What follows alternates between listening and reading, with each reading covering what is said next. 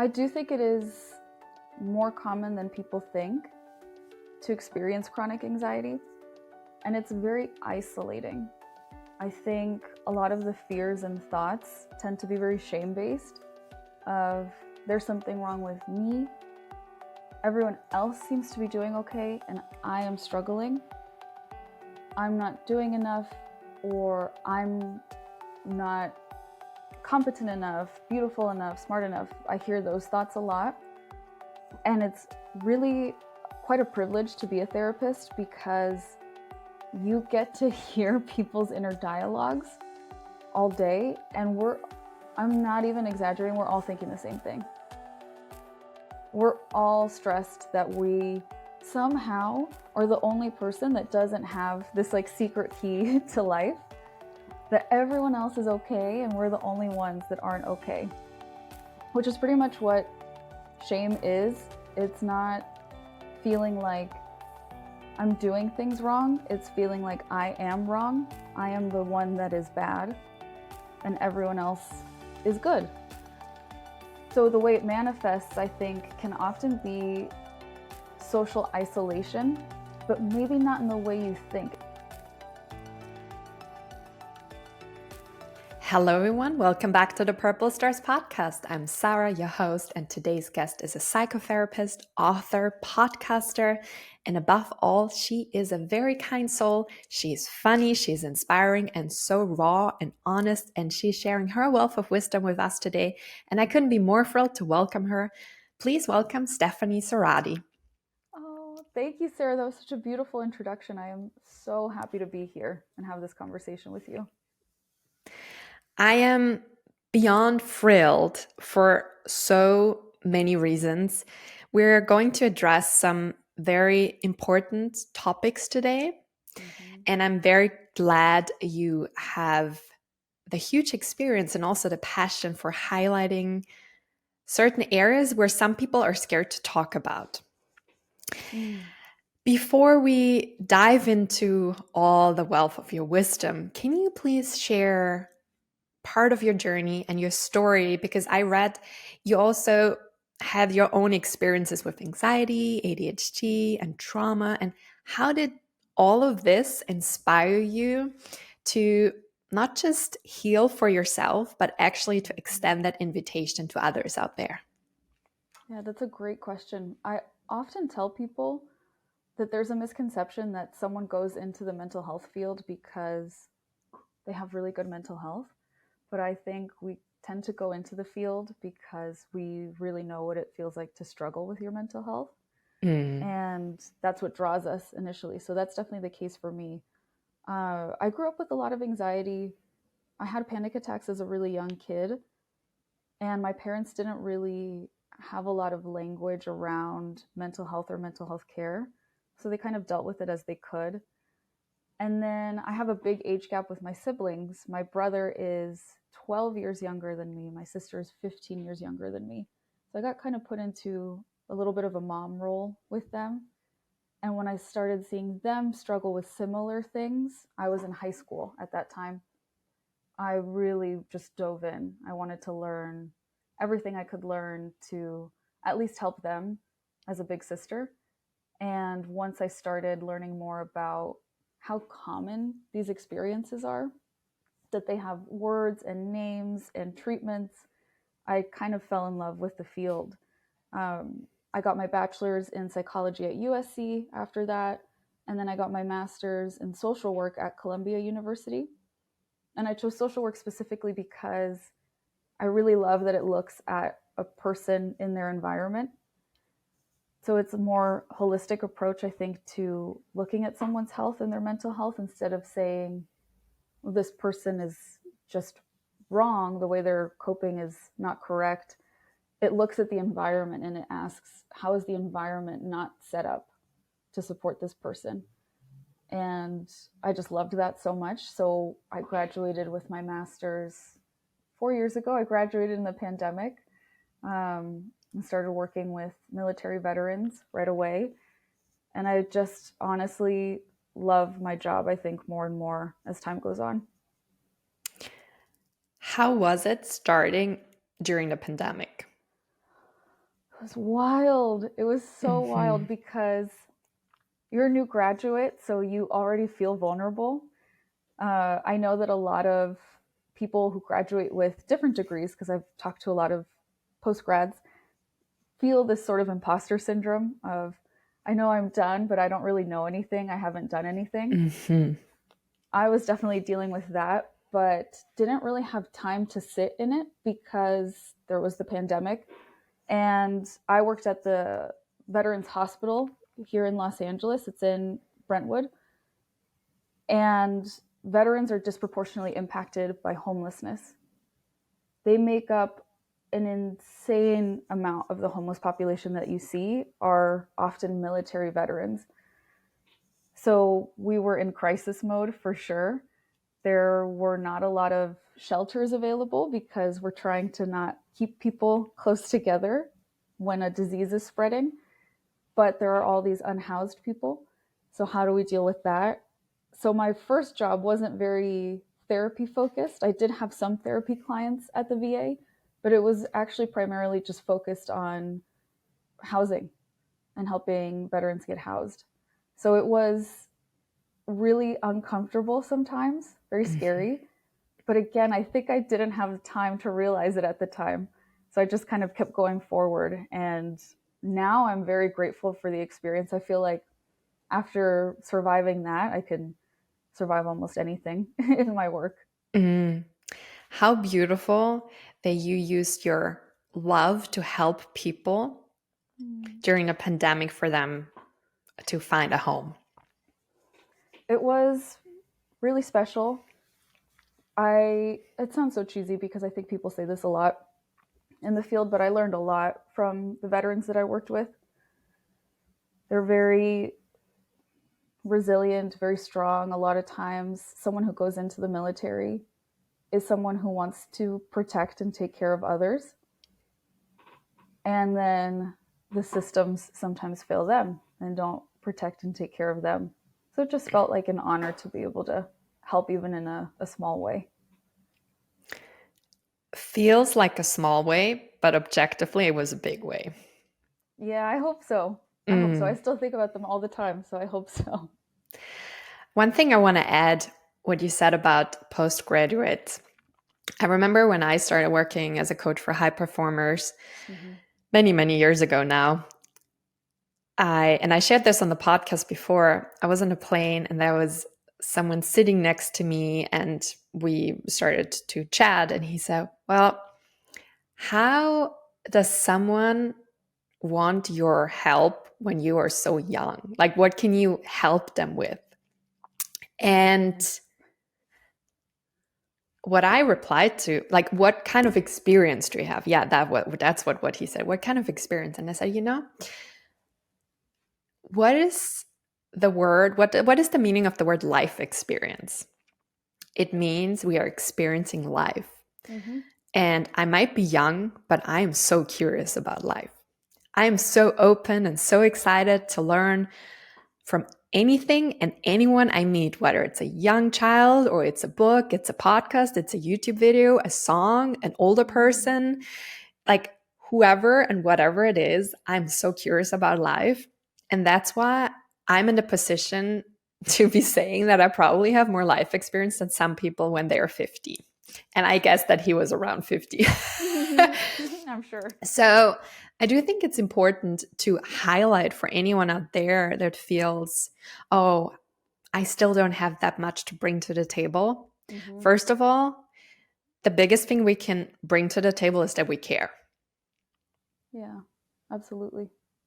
That we care, that we're present, and that we make people feel heard and seen and remind them that they matter and that they belong. And everything else is on top. Mm-hmm. That's a beautiful way of putting it. And you know what's interesting is meeting you for like 2 minutes. I feel like that's very evident about you, is that you love life and you're very enthusiastic about people and life. And that's something that, since it's so you would have had when you were younger. You would have always had that with you.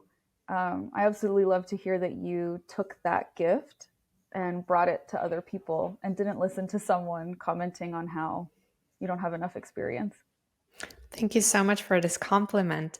Well, I think Brene Brown, and I can only share it in my own words, she said something very interesting once. If you're the one in the ring fighting, don't take the opinion of people that are sitting on one of the cheap seats. Yes. And I personally think it's important to value everyone's opinion and to respect and say, like, we're all equal. But at the same time, if someone is not in your shoes, be careful if you internalize their opinion. I agree.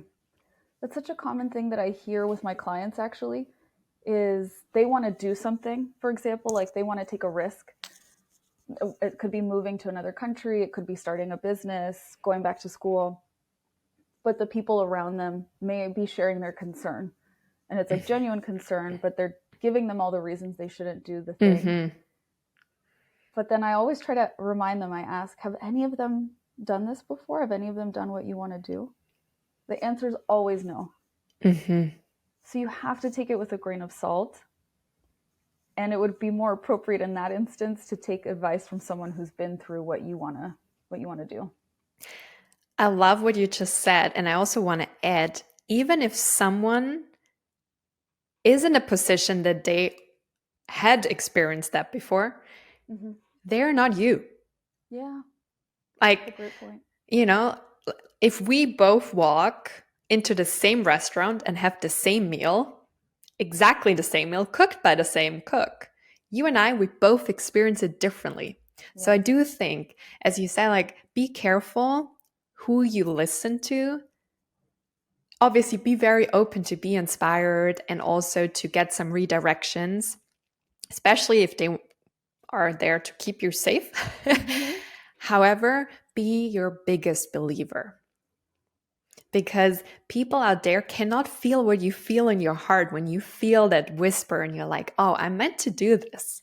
So just go for it. And I'm very happy that you are walking your path. And also that how beautiful that your siblings also were guides towards your path. What a great gift. They are, I really feel like I'm not a mom. I don't have human children. I have a puppy. But my siblings to me really do feel like, if not my children, like my biggest inspiration. Anytime I talk about them in this way or I write something about them, I get emotional because I just love them so much. And I feel like they love me in a very unconditional way. And then it's interesting to see people who grew up with siblings have a different dynamic with their siblings. It's more playful or more like we're friends teasing each other. I think it was difficult having a big age gap, but ultimately we really are just 100% rooting for each other all the time, which is so special. That's a huge gift. As many oldest children shoulder immense responsibility, despite coming with a lot of love, can we talk about how it feels and what pressure comes when taking on the parental role, especially when feeling responsible for the family's emotional, mental, physical, spiritual well-being, and often even the financial one? Yes, it is something that happens often, I think, for different reasons. The term is parentification. And it can happen when there's undiagnosed mental health issues in the home, if there's addiction in the home. It often happens in immigrant families just because you're contending with a whole new world, a whole new language usually. So it feels like you need all hands on deck to navigate those sort of struggles. But essentially, parentification isn't a child being very responsible. It's when a child is taking on tasks or roles that aren't actually developmentally appropriate. So someone who is a teenager hasn't finished developing their prefrontal cortex. They tend to struggle with impulse control, decision making, things like that. But if you have the teenager in the house making a lot of big decisions for the family, that's a developmentally inappropriate role. Or to have someone that's a minor who should be in the role of adults are taking care of me financially because I'm growing and developing. If they then have the financial responsibility, that's also not appropriate. It can have positive consequences, to be frank. We've seen in research that people who were parentified do tend to have higher resilience. Everyone measures resilience a little bit differently in research, but this sort of grit of looking at a problem and being like, oh, I can figure this out. I know that I can figure this out. That's a positive. A negative is that because you were a kid doing things or worrying about things that a kid typically wouldn't worry about, people who were parentified do tend to have a lot of self-criticism.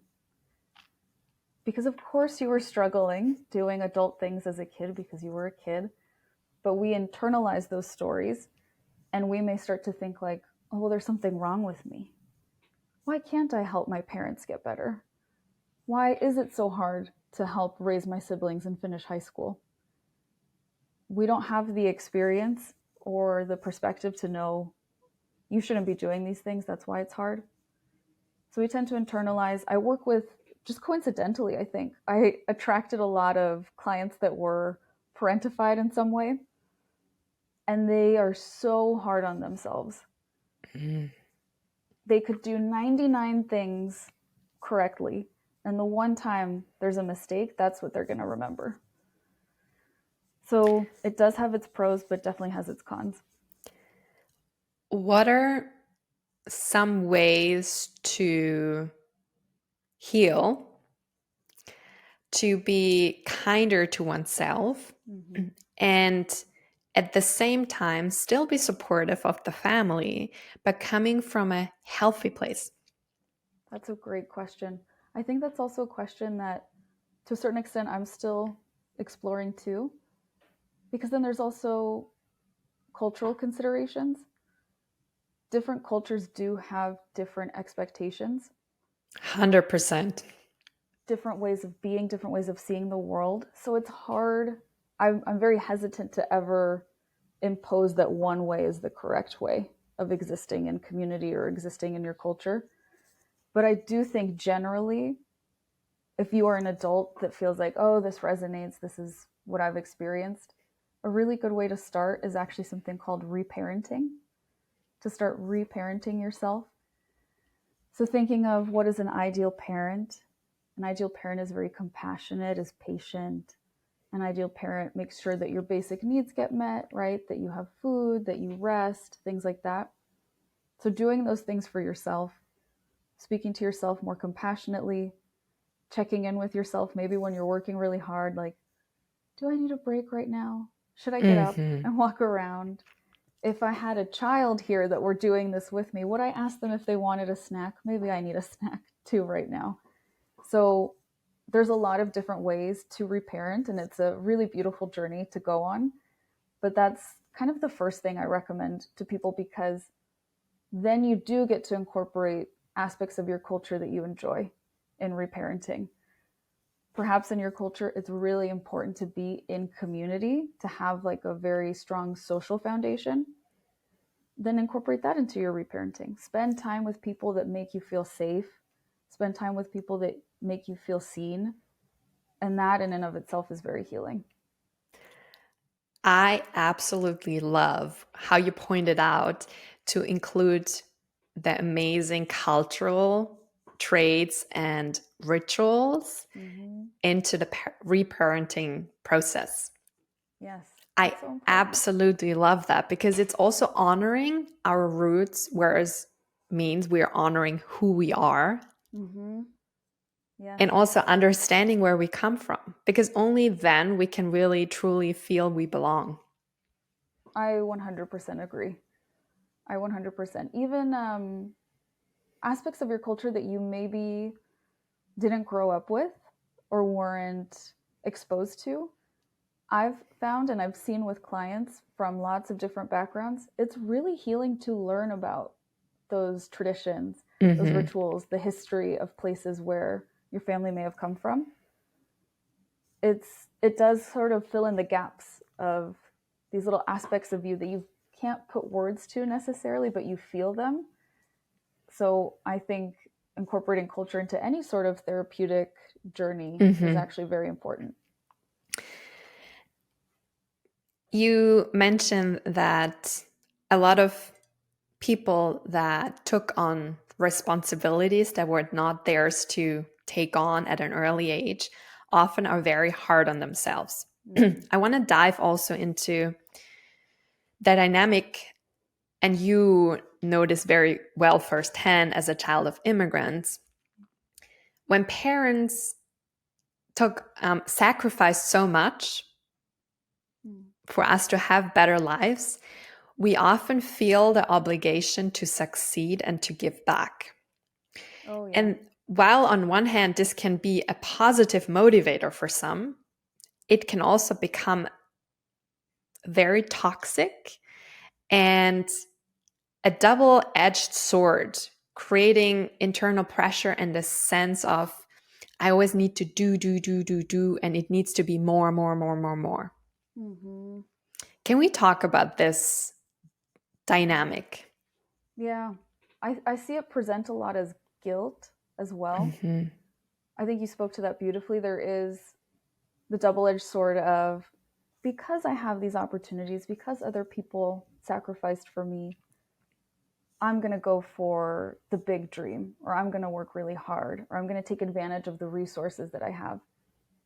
But then if things aren't perfect or as pictured or as initially expected, a lot of people experience really intense guilt about it of, Mm-hmm. I've done something wrong, I'm not doing this correctly, I'm letting people down, I'm just not enough, maybe the feeling.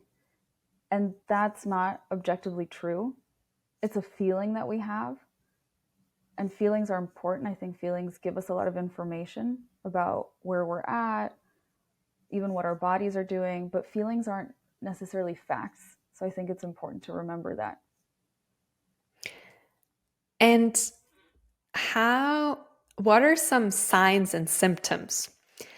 Because I think some people are not aware how much pressure they have internalized, probably till a moment where it really impacts in a hard way, their mental health or their physical health or any other thing that completely falls apart. What are some early signs that we can look out for that are, I call them yellow flags, just where you're still in the okay zone and you're like, okay, things are working, but it doesn't mean that they're working for you. Yes, I love that. I love the idea of keeping your eyes open for some yellow flags so Mm-hmm. you don't have to get into crisis mode. Um, a big one that I see is if it's difficult for you to relax Mm-hmm. and like really relax, not necessarily disassociative relaxation, which we're all guilty of. I'm guilty of it. Scrolling on your phone for an hour and being like, oh my God, how did that hour go by? That's not necessarily relaxing.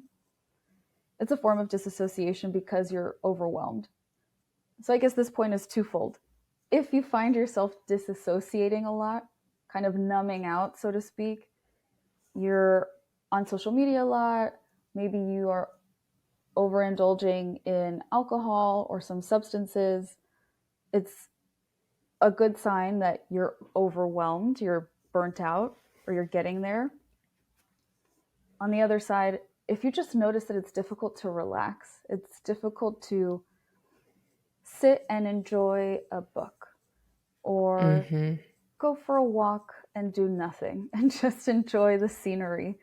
If those things feel uncomfortable, you may feel guilt in those moments. Those are pretty good yellow flags of like, I need to pay attention to something here. Why am I equating relaxing to something bad? Mm-hmm. Or why am I so stressed that I can't relax? I have to numb myself instead. Those are usually signs that you're overworked. I'd say, in addition to that, the one that a lot of people don't know about is irritability. Mm-hmm. If you start to get kind of irritable, even with like your loved ones, if they're like, hey, do you want to go see a movie? Like, I don't have time to see a movie. I have so many things to do. You kind of feel those cranky responses coming out of you more Mm-hmm. and more. That's a really good indicator that it's time to slow down and look inward and start asking what's going on here. And oftentimes it is this sort of state that your nervous system is used to of go, go, go. But it can't do that forever. That's not sustainable. We weren't built that way. So eventually it's going to catch up to you and you're going to feel irritable. You're going to have difficulty relaxing. Or a more like physical symptom that I see is you don't feel rested after sleep. Mm-hmm. You sleep, but you're probably actually really stressed and worried in your sleep, or you're not sleeping great. And you wake up and you're still really tired. It doesn't feel like you got a good night's sleep over and over and over again. If that's happening chronically, that's definitely a good indicator that something's got to give here. There needs to be a moment of reflection and change, hopefully. I see also a lot of physical symptoms in my clients, which are back pain, Oh, shoulders, meaning having a heavy load on your shoulders, yeah. digestive issues, too much to digest often, like emotionally, mentally. Mm-hmm. Also, ear infections. I can't Oh. hear it anymore, or I don't want to listen and tune within. Mm-hmm. And ears in Chinese medicine are related with kidneys, which are representing the emotion of fear. Yes. Yes. So there's so many different ways, and often also throat issues, where they are Mm-hmm. scared to voice their needs. So it comes Absolutely. to so many things, and um, I I love that you incorporate all, like, from all aspects of life and the body and the culture, because also the culture, it's important to, when we reflect, to ask, okay, did my mom ever sit down on a couch and just read a book? What did my granddad do? Like, what is that within our family? Mm-hmm. How has rest and how has work been practiced? And also, what are the associations with it? Yes. Because, for example, we have this saying in German: first comes the work, then comes the rest. Mm-hmm. Meaning, you gotta earn your right to rest. And I always think, yeah, but in some cultures, it goes so far that they feel they need to work their entire life to Yes. then rest when they're retired. So we don't need to earn our right to rest. Mm-hmm. And yeah, and also it creates so much anxiety. Yes. There's such an uptick in anxiety. So many people feel more anxious than ever, is what I'm hearing. Mm-hmm. I think it might really involve that, especially here in the States. That is 100% the culture. You are going to work until Mm-hmm. you're retired. Yeah. And that's not much of a life, right? Having good work ethic is great, but you put so many things aside that, of course, in these other aspects of your life, you are going to start feeling like not enough, or there's not enough time, or Mm. you're resentful in some way, and it is going to manifest as anxiety because it's not balanced. You're not taking a balanced approach to your life. And also, life is way too short. As much as, so my work doesn't feel like work because for me, it's my passion, it's my calling. Nevertheless, and I do need to keep reminding myself at times as well, life is there to be also enjoyed outside work, like whether it's Yeah. going on the walk and also doing a lot of things where we don't achieve anything. As you said, going on a walk, and not like, oh, I need to go for a walk because I need my 10,000 steps. Yeah. That does not Different. count as rest. Yes. Yes. And I want to talk about, you shared something which I really liked. Chronic anxiety is something many of us struggle with in silence. Mm-hmm. Can we explore more? How do people that are suffering from chronic anxiety, how do they feel inside, and how does it manifest in ways that stay unseen to others? And maybe we can also delve into their fears, their thoughts, maybe even their physical sensations. Mm-hmm.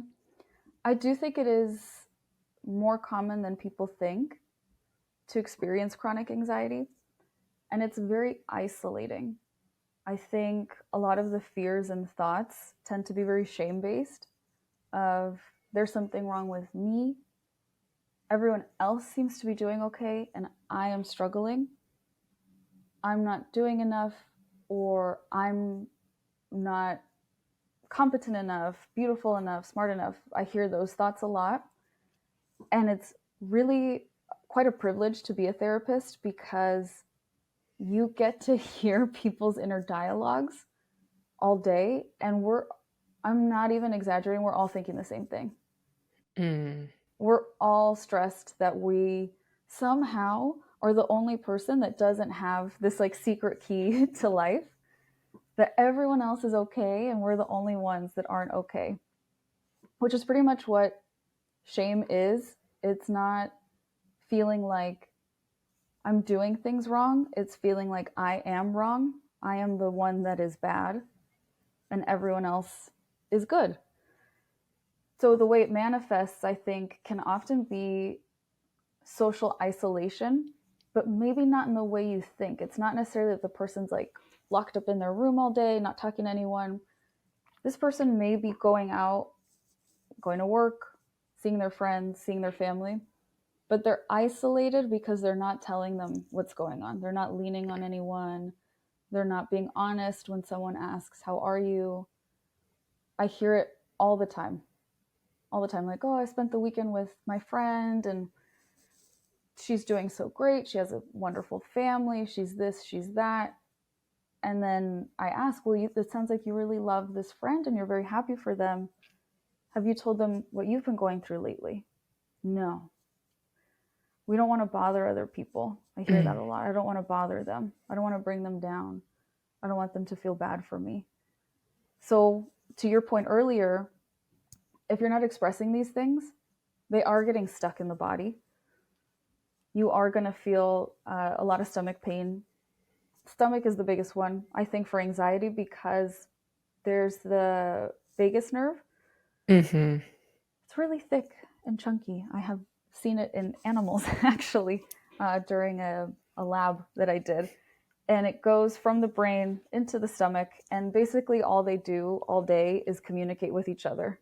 Are you okay? Yeah, we're okay. Are you okay? Yeah. So if one's not feeling good, the other isn't feeling good. So you're having these negative thoughts of, I'm not enough, I'm not good, everyone else is okay, I'm not okay, this is hard, this is scary. The stomach is getting that message of things aren't safe. Got it. If we're in an unsafe environment, probably not the best time to be digesting a lot of food. Mm-hmm. So your stomach is going to tense up so that you can't really put as much stuff in your stomach, or it's going to make you nauseous.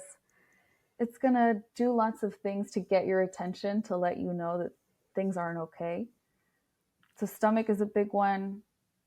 I'm actually a migraine sufferer. I've had migraines, I think, since I was 16 or 17. Migraines are a really common one. Migraines are also very common for, like, disproportionately common for someone who's experienced traumatic events.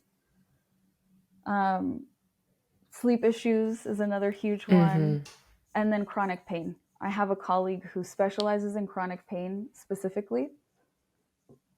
And it's really interesting to hear about her work because it's not that the pain isn't real. The pain is very real. Someone is experiencing the actual symptoms, but so much of it is connected to their psychology and how they're viewing the world and how they're viewing themselves. So there are huge consequences to experiencing chronic anxiety and experiencing it on your own not leaning on people, not getting support, it's going to impact, I think, every part of your life. I personally am a firm believer that, because you just mentioned the physical symptoms, that almost every physical symptoms is related to an emotion. Mm-hmm. Like anything we suppress needs to be expressed in one way. And for a lot of people, it is the body saying, hey, I'm your friend and I really want you to feel this emotion and to let go of it. And that's what I also tell my clients. Your body is not your enemy. Mm. Your body loves you so much that the body is going through all the pain for you in the hope that you are waking up one day with the courage to look within. Yeah. You know what's so interesting? I usually don't have this on my desk, but I was just recommending this book to a client because another client recommended it to me, and I think you would like it. It's called Women's Bodies, Women's Wisdom. I Are took you a familiar with screenshot it? from your story yesterday because I thought I want to order the book. It's so good. It does exactly what you just described. It's kind of like an encyclopedia almost. So you can look at a physical symptom that you're Mhm. having, like menstrual cramps. That's a really common one. And it'll tell you the emotions that are associated with it and what is probably happening emotionally and spiritually that is leading to those symptoms. It's so cool. I've never seen a book like it. When I was around 18 or 19, I bought a book like that. And I will never forget, it was 32 euros. And for me as a student, that was a Mm-hmm. big amount of money. Yeah. I had to work many hours for that book.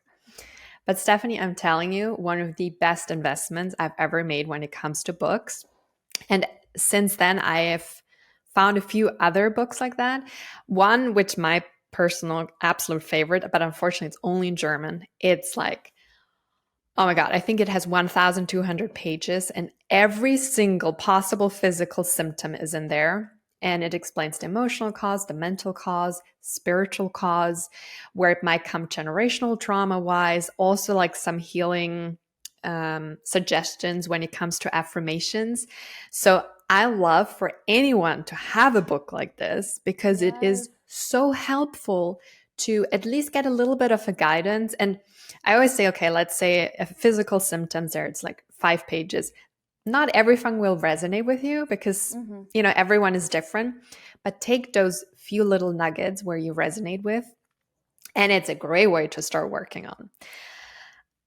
I also want to know, like when it comes to physical symptoms and chronic anxiety, how can EMDR help people? Because I know it's one of your big passions and it's one of your expertise.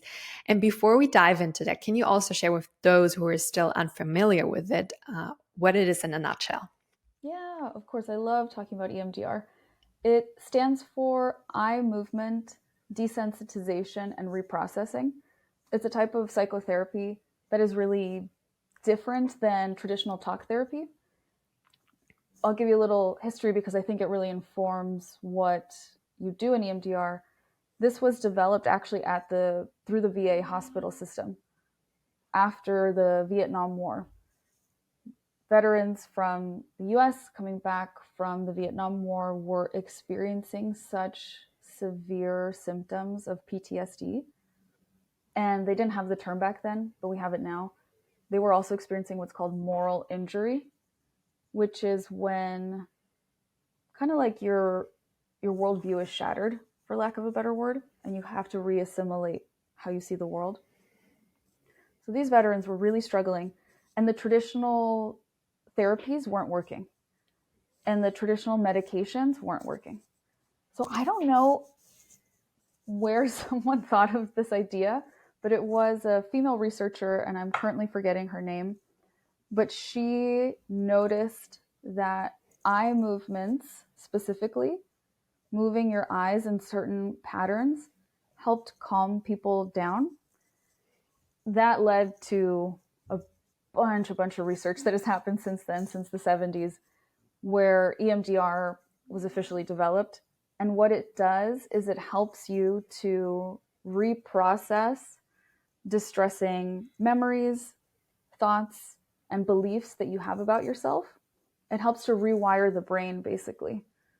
So you may really identify with a negative cognition, is what we call them, of I'm unlovable. You experience something really difficult in your life. This could be an acute incident, like a single incident, or it could be chronically over time. And you really believe I'm unlovable. That means that there's a little network, kind of like a bunch of roads in your brain, all connected to I'm unlovable. And your brain is actually looking for evidence all the time to reaffirm that belief because it's already built in there. So it's like, okay, we're going to keep our eyes out and show you all the ways that you're not lovable. What EMDR does is using either eye movements or any other form of bilateral stimulation, so activating both sides of the brain at the same time, is it helps to uproot those negative neural networks, and then we help to plant a more adaptive one. So it's not positive because it's not like fake positivity, but it's adaptive, meaning that it's going to build in more openness. It's going to build in more resilience. So if you feel that you're unlovable, we may be trying to plant the seed, essentially, of I'm learning to love myself. Mm-hmm. And then your brain's going to start looking for evidence of that instead. It's really transformative. And a big part of it is connecting with how your body is feeling. So you can talk as much or as little as you want in EMDR. That's usually the selling point for some people who don't want to talk about how they're feeling or don't want to feel like they're reliving certain things. Sometimes I just need you to tell me, like, are you good? You're still going forward? And they're like, yeah, I'm good. I'm still going. And that's all I need to know. Mm-hmm. I do find that as we're doing the process of EMDR, people are getting desensitized to these negative associations, and they do start talking more just because they want to. I'm not prompting them to, but people do feel like, oh my God. So like I had this issue with my dad my whole life. Like I felt like he was ignoring me, but now I get that he was ignored as a kid and that really wasn't about me at all. It had nothing to do with me. It's so cool to see. It's so cool to watch someone's brain sort of reshape over time. And again, I keep skipping over it, but again, a big part of how we reshape the brain is by tuning into the body. So noticing what comes up in your body when you have that negative belief.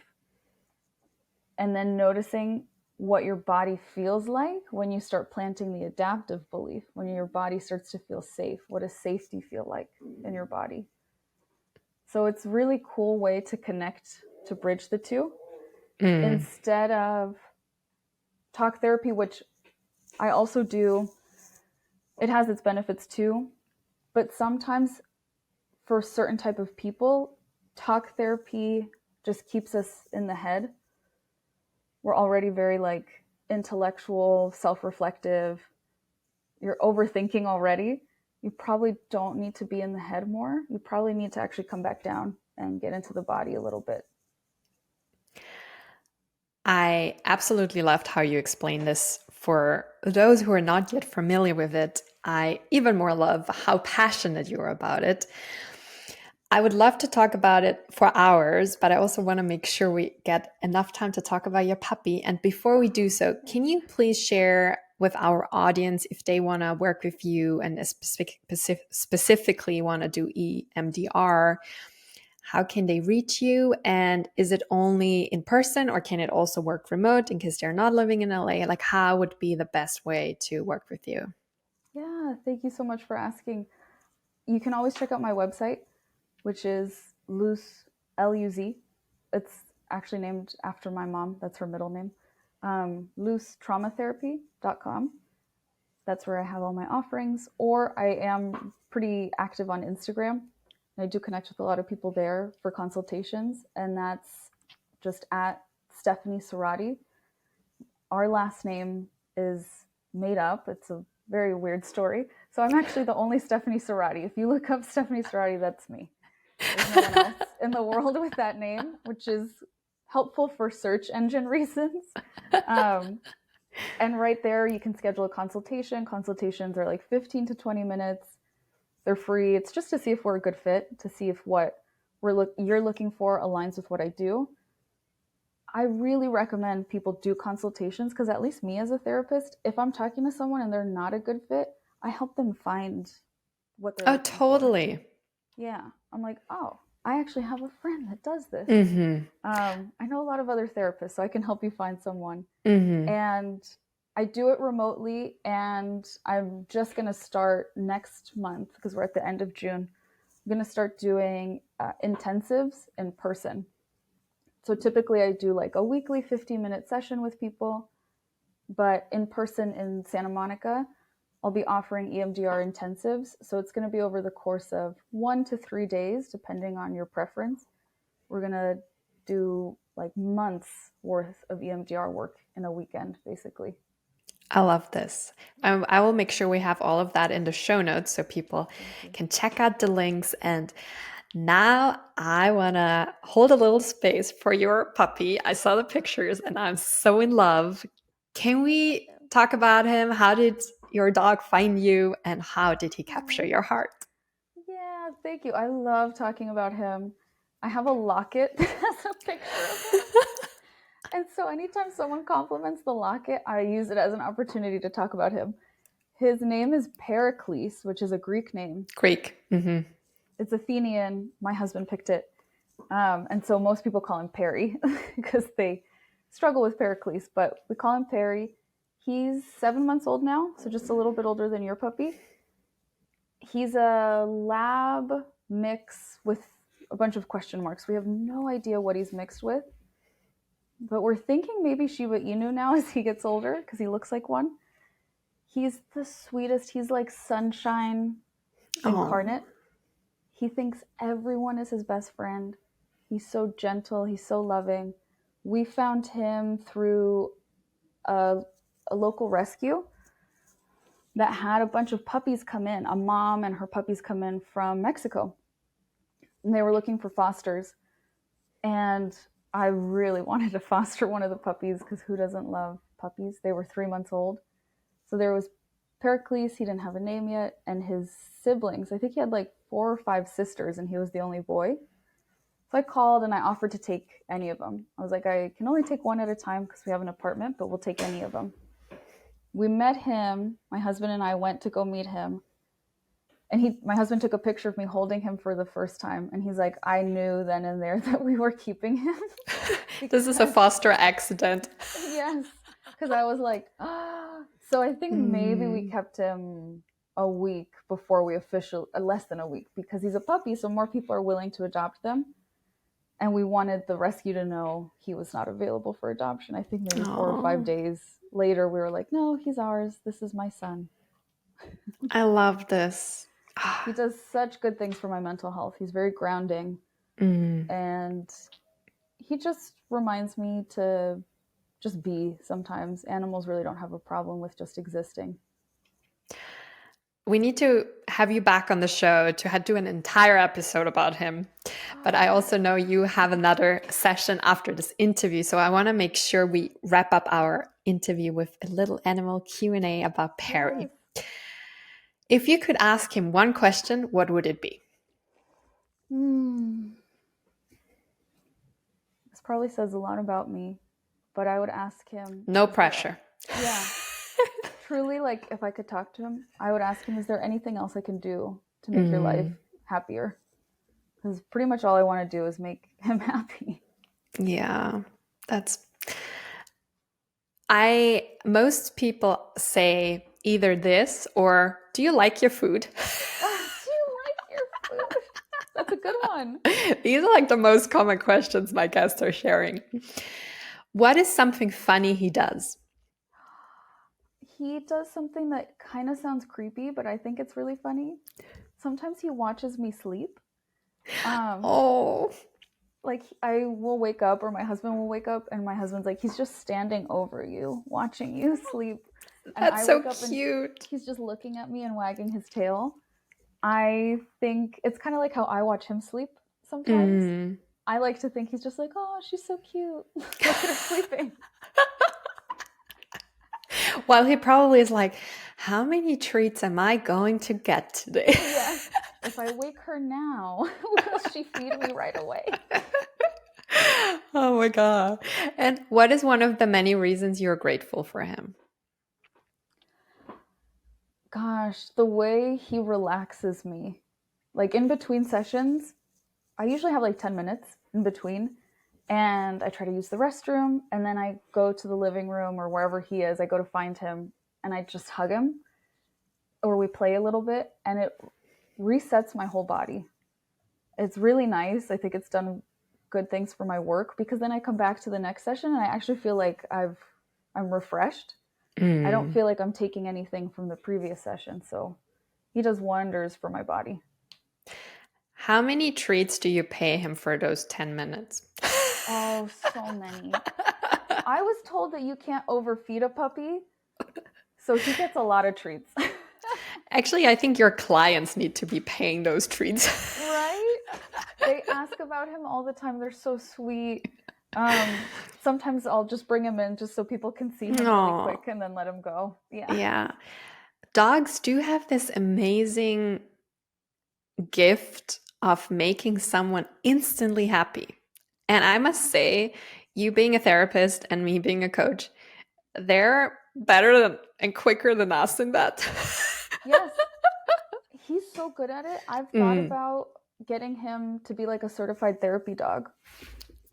Same. And just having him be part of the team. Yeah, totally. He will be the CEO. Yes, he's going to be running things. Stephanie, thank you so much for your time. I loved everything we talked about, also bringing in the culture and the chronic anxiety and getting people a new inspiration about EMDR and Puppy. I wish we could have talked more about him, but we will have you back on the show where we'll talk more. And I'm sure it will help our Purple Stars members to notice the subtle signs they sometimes are when, where things are still holding them back. And I do think it will really inspire them to break through. And so thank you so much. Thank you. Thank you, Sarah, for creating this space and this community to talk about things like this. I really appreciate it. Thank you so much. It's a wrap for today, everyone. If you loved the conversation as much as we did, please share it with your family, with your friends, and anyone you think that could benefit from it. And we're excited to have you back next Wednesday.